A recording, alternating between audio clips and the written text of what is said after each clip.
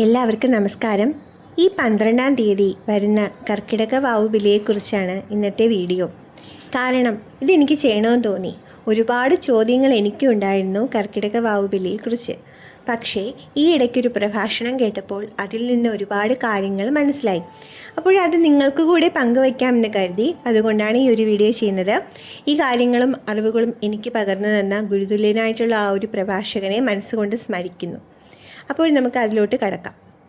കർക്കിടക വാവുബലി എന്ന് പറയുന്നത് നമ്മുടെ പിതൃക്കളെ ഓർക്കാനായിട്ട് നമുക്ക് കിട്ടുന്ന ഒരു ദിവസമാണ് അല്ലേ, വർഷത്തിൽ ഒരു ദിവസം. ആ ഒരു കർത്തവാവോട് കൂടി വരുന്ന ആ ഒരു ബലിതർപ്പണ ദിവസം വളരെ പുണ്യം നിറഞ്ഞതാണ്. നമ്മുടെ പിതൃക്കൾ ഭൂമിയിൽ വരുന്നത്, അതായത് പിതൃലോകം ഭൂമിയുമായിട്ട് തൊട്ടടുത്ത് വരുന്ന ദിവസം എന്നാണ് സങ്കല്പം. അന്ന് നമ്മൾ കൊടുക്കുന്ന അന്നം, അതായത് ബലി എന്ന് പറയുന്ന ആ ഒരു ബലി, അത് നമ്മുടെ പിതൃക്കൾക്ക് ഒരു നേരത്തെ ഊണാണ്, അതായത് ഉച്ചയൂണെന്നാണ് സങ്കല്പം. അത് നമ്മൾ കൊടുക്കുന്നതിൻ്റെ കാരണം എന്ന് പറയുന്നത് നമ്മുടെ ഈ ഒരു ശരീരം നമുക്ക് തന്ന പിതൃക്കളെ ബഹുമാനപൂർവ്വം, അതായത് നന്ദിപൂർവ്വം ഓർക്കുക എന്നുള്ളത് മാത്രമാണ് കേട്ടോ അതിൻ്റെ ഒരു ചടങ്ങ് എന്ന് പറയുന്നത്. സ്നേഹത്തോടെ നമ്മൾ കൊടുക്കുന്ന ഒരു ഉരുളച്ചോറിന് വേണ്ടിയിട്ട് നമ്മുടെ പിതൃക്കൾ കാത്തിരിക്കുന്ന ദിവസമാണ് അന്ന്. കുറച്ച് വെള്ളവും ഒരു ഉരുളച്ചോറും അത് മതി അവർക്ക് സന്തോഷമായിട്ടിരിക്കാനായിട്ട് കേട്ടോ. ഈ പിതൃ തർപ്പണം എന്ന് പറയുന്നത് ഒരുപാട് ഞാൻ എൻ്റെ അമ്മയോട് ചോദിച്ചിട്ടുള്ള ചോദ്യമാണ്. പക്ഷേ അന്ന് എനിക്കൊരു സോൾഡായിട്ടുള്ള ആൻസർ കിട്ടിയില്ല. അമ്മയ്ക്കും അത് അറിയില്ല എന്ന് പറഞ്ഞു കേട്ടോ. നമ്മുടെ ഹിന്ദുക്കളുടെ ഏറ്റവും വലിയ പ്രശ്നം അതാണ്. നമുക്ക് ഒരുപാട് കാര്യങ്ങൾ നമ്മൾ എന്തിനാണ് ചെയ്യണമെന്ന് സത്യം പറഞ്ഞാൽ നമുക്ക് മിക്കവർക്കും അറിയില്ല. നമ്മുടെ പോലുള്ള സാധാരണക്കാരുടെ കാര്യമാണ്, അവർക്ക് അറിയില്ല. അപ്പോൾ അതിന് നമ്മൾ ചെയ്യേണ്ട ഒരു കാര്യമെന്ന് വെച്ചാൽ ഒരുപാട് നല്ല നല്ല പ്രഭാഷണങ്ങൾ കേൾക്കുക എന്നുള്ളത് മാത്രമാണ്. നല്ല അറിവുള്ള വ്യക്തികളുടെ പ്രഭാഷണം കേൾക്കുക, സത്യസന്ധതയോടുകൂടി പറയുന്നത്. അങ്ങനെ ഞാൻ കേട്ട പ്രഭാഷണത്തിൽ നിന്നും ഞാൻ ഉൾക്കൊണ്ട പാഠം അതാണ് പറയുന്നത് കേട്ടോ. ഈ പിതൃതർപ്പണം എന്ന് പറയുന്നത് നമ്മുടെ പൂർവികർ, അതായത് നമ്മുടെ പിതൃക്കൾ, അത് നമ്മുടെ അച്ഛനമ്മയും മാത്രമല്ല, അവരുടെ അച്ഛനമ്മയും അങ്ങനെ ഒരു ചങ്ങലയുടെ കണ്ണികൾ പോലെയാണ് ഈ പിതൃക്കൾ പോകുന്നത്. നമ്മുടെ ഈ ശരീരം തന്നെ വിചാരിച്ചു നോക്കൂ, എത്രയോ പിതൃക്കൾ നമ്മുടെ ജീനുകളിലൂടെ ജീവിക്കുന്നുണ്ട് എന്നുള്ളത്. അപ്പോൾ നന്ദിയുള്ളവരായിരിക്കുക എന്നുള്ളതാണ് പ്രധാന കാര്യം. നന്ദിയുള്ളവർക്ക് മാത്രമേ ഈ ഒരു പ്രപഞ്ചത്തിൽ സ്ഥാനമുള്ളൂ. ഗ്രാറ്റിറ്റ്യൂഡ് അല്ലേ, ഒരുപാട് പഠനങ്ങൾ ഇപ്പോൾ പറയുന്നുണ്ട്. എപ്പോഴും നന്ദി പറയുക, എനിക്ക് കിട്ടിയതിനെല്ലാം നന്ദി പറയുക എന്നുള്ളത്. അപ്പോൾ നമുക്ക് ഈ കിട്ടിയ ശരീരത്തിന് നന്ദി പറയേണ്ടത് ആരോടാണ്? നമ്മുടെ അച്ഛനമ്മയോടും നമ്മുടെ പിതൃക്കളോടുമാണ് അല്ലേ. അങ്ങനെ നന്ദി പറയാൻ നമുക്ക് കിട്ടുന്ന ഒരു സുവർണ അവസരമാണ് കർക്കിടക വാവുബലി എന്ന് പറയുന്നത്. കർക്കിടക വാവുബലി നേരത്തെ ഞാൻ പറഞ്ഞതുപോലെ പിതൃലോകവും ഭൂമിയും തമ്മിൽ അടുത്ത് വരുന്ന സമയമായതുകൊണ്ട് തന്നെ നമ്മൾ സമർപ്പിക്കുന്ന ആ ഒരു അന്നം ജലവും പിതൃക്കളിലേക്ക് എത്തുന്നു എന്നുള്ളതാണ്. പിതൃക്കൾ ഇപ്പോൾ പുനർജന്മം എടുത്താലോ, ഇപ്പോൾ ഞാൻ ചോദിക്കാറുണ്ട്, അമ്മയോട് ചോദിച്ചിട്ടുണ്ട്, പിതൃക്കൾ പുനർജന്മം എടുത്തിപ്പോൾ ആരെങ്കിലും മരിച്ചാൽ അവർ പുനർജന്മം എടുക്കുമല്ലോ, എന്നാൽ പിന്നെ നമ്മൾ എന്തിനാണ് ബലിയിടുന്നതെന്ന് ഞാൻ ചോദിച്ചിട്ടുണ്ട്.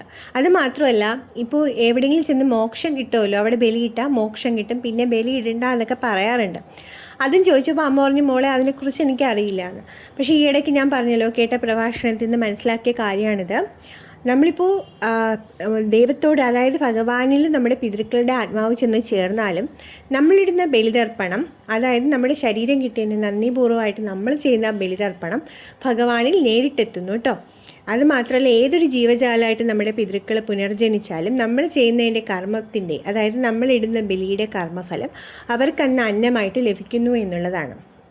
ഇപ്പോൾ ഒരു സസ്യമായിട്ട് ജനിക്കുന്നെങ്കിൽ കുറച്ച് ജലം അന്ന് കിട്ടുന്നു, അല്ലെങ്കിൽ ഒരു ഉറുമ്പായിട്ട് ജനിച്ചാൽ അന്നം കിട്ടുന്നു. ഇങ്ങനെയൊക്കെയുള്ളതാണ് ആ ഒരു കൺസെപ്റ്റ് എന്ന് പറയുന്നത്. അപ്പോൾ നമ്മൾ ചെയ്യേണ്ട ഒരു കാര്യം എന്താണ്? നമ്മുടെ ശരീരം തന്ന ആ പിതൃക്കളോട്, നമുക്കൊരു ജീവിതം തന്ന പിതൃക്കളോടുള്ള നന്ദി സൂചകമാണ് കർക്കിടക വാവുബലി എന്ന് പറയുന്നത്. അപ്പോൾ എന്നും എല്ലാ ദിവസവും ഒരു കുമ്പിൾ ജലം പിതൃക്കൾക്ക് സമർപ്പിക്കാം. അതും നല്ല ഒരു ഉണർവ് ഐശ്വര്യം ഉണ്ടാക്കുമെന്നാണ് പറയുന്നത്. എള്ളിട്ട വെള്ളമാണ്, പ്രധാനം. പിതൃക്കൾക്ക് എള്ളാണ് പ്രധാനം. അതിനാണ് തിലകഹോമം നടത്തുന്നത്. തിലകമെന്ന് വെച്ചാൽ എള്ളാണ് കേട്ടോ. അങ്ങനെ നടത്തുന്ന ബലി അത് പിതൃക്കൾ വളരെ സന്തോഷത്തോടെ സ്വീകരിക്കും എന്നാണ് പറയപ്പെടുന്നത്. അപ്പോൾ ഈ കർക്കിടക വാവ് ബലി നമ്മളെല്ലാവരും ഇടുന്നതിൻ്റെ കാര്യം മനസ്സിലായല്ലോ. എല്ലാവർക്കും ഒരു ദിവസം വർഷത്തിൽ ഒരിക്കൽ നമ്മുടെ പിതൃക്കളെ ഓർത്ത് നമ്മളെന്താണ് കണ്ണീര് പൊഴിക്കേണ്ട ദിവസം, അതായത് അവർ സ്നേഹത്തോടെ നന്ദിയോടെ സ്മരിക്കേണ്ട ഒരു ദിവസമാണ് കർക്കിടക വാവ് ബലി എന്ന് പറയുന്നത്. എല്ലാവർക്കും കർക്കിടക വാവ് ബലി ഇടാനുള്ള ഭാഗ്യം ഉണ്ടാവട്ടെ. പിന്നെ ഒരു കാര്യം, കർക്കിടക വാവ് ബലി ഒരു കാരണവശാലും പുലയോ വാലായ്മയോ ഉള്ളവർ ഇടാൻ പാടില്ല എന്നുള്ളതാണ്. അശുദ്ധിയുള്ളവരും ഇടാൻ പാടില്ല. ഏറ്റവും നല്ല കാര്യം എന്ന് പറയുന്നത് 3 ദിവസം വ്രതം എടുക്കുക എന്നുള്ളതാണ്. മാംസാദികളെല്ലാം ഒഴിവാക്കി വ്രതം എന്ന് പറഞ്ഞാൽ എല്ലാവർക്കും അറിയാമല്ലോ. അങ്ങനെയുള്ള വ്രതത്തിൻ്റെ എല്ലാ കാര്യങ്ങളും പൂർത്തീകരിച്ച് വേണം വ്രതം എടുക്കാനായിട്ട്. കർക്കിടക വാവ് ബലിയുടെ തലേ ദിവസം ഒരിക്കലൂണ് കുഴപ്പമില്ല, ഒരിക്കലൂണ് കഴിക്കാം കേട്ടോ. അത് കഴിഞ്ഞിട്ട് രാത്രിയോ രാവിലെയോ ഒക്കെ നമുക്ക് അരി ആഹാരം കഴിക്കാം. ഒരു നേരം അരി ആഹാരം കഴിക്കാവോ, പിന്നെ ചപ്പാത്തിക്ക് ഉണ്ടാക്കി കഴിക്കാം. അതുപോലെ തന്നെ രാത്രി ഒരിക്കലും പട്ടിണി കിടക്കരുത്, അതായത് അത്താഴ ഭക്ഷണം കിടക്കരുത്. ഒരു ചപ്പാത്തിയോ എന്തെങ്കിലും കഴിക്കുക കേട്ടോ. ബലിയുടെ സമയത്ത് അത് നിർബന്ധമാണെന്നാണ് ഞാൻ കേട്ടത്. എല്ലാവർക്കും നന്മ ഐശ്വര്യം ഉണ്ടാവട്ടെ.